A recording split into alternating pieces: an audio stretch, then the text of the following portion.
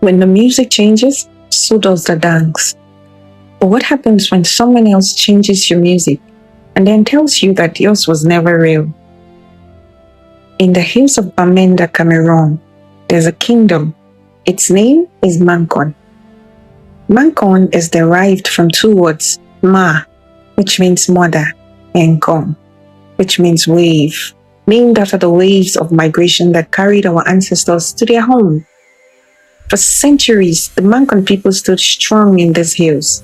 They had a king, the Fon, but he was not just a king.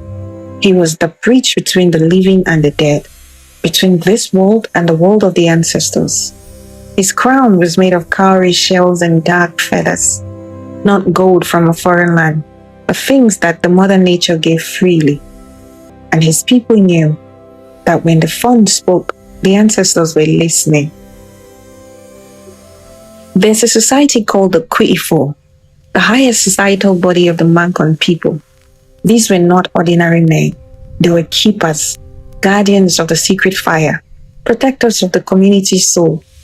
They gathered at night in wrapped clothes and cowrie shells, and they poured out libation onto the earth, not as performance, but as conversations.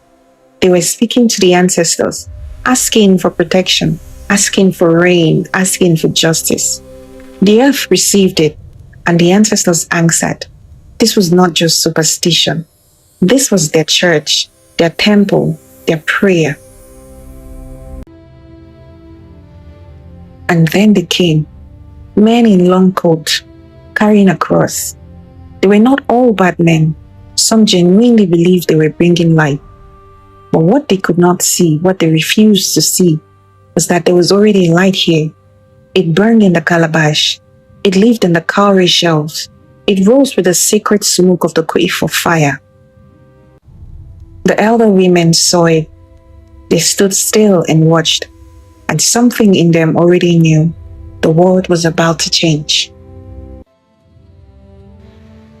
The missionaries built school, and the children came because education was a gift, a real one.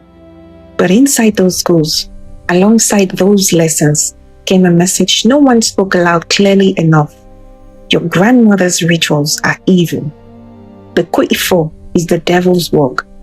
That crown of cowries and feathers, throw it away. And so, a generation grew up carrying a quiet shame they could not explain. They stopped pouring libation. They stopped gathering at the sacred fire.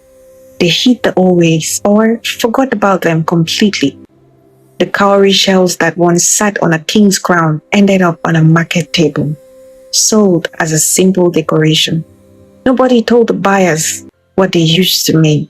Today, many Mankon people are Christians, and that is not the wound. The wound is we were never given a choice. We were not invited to sit with our ancestors' belief and decide for ourselves what to keep, what to release, or what to carry forward. We were simply told that part of you does not exist anymore. And so we walk around feeling something is missing, a longing with no name, a question we were never taught to ask. Who were we before someone told us who to be?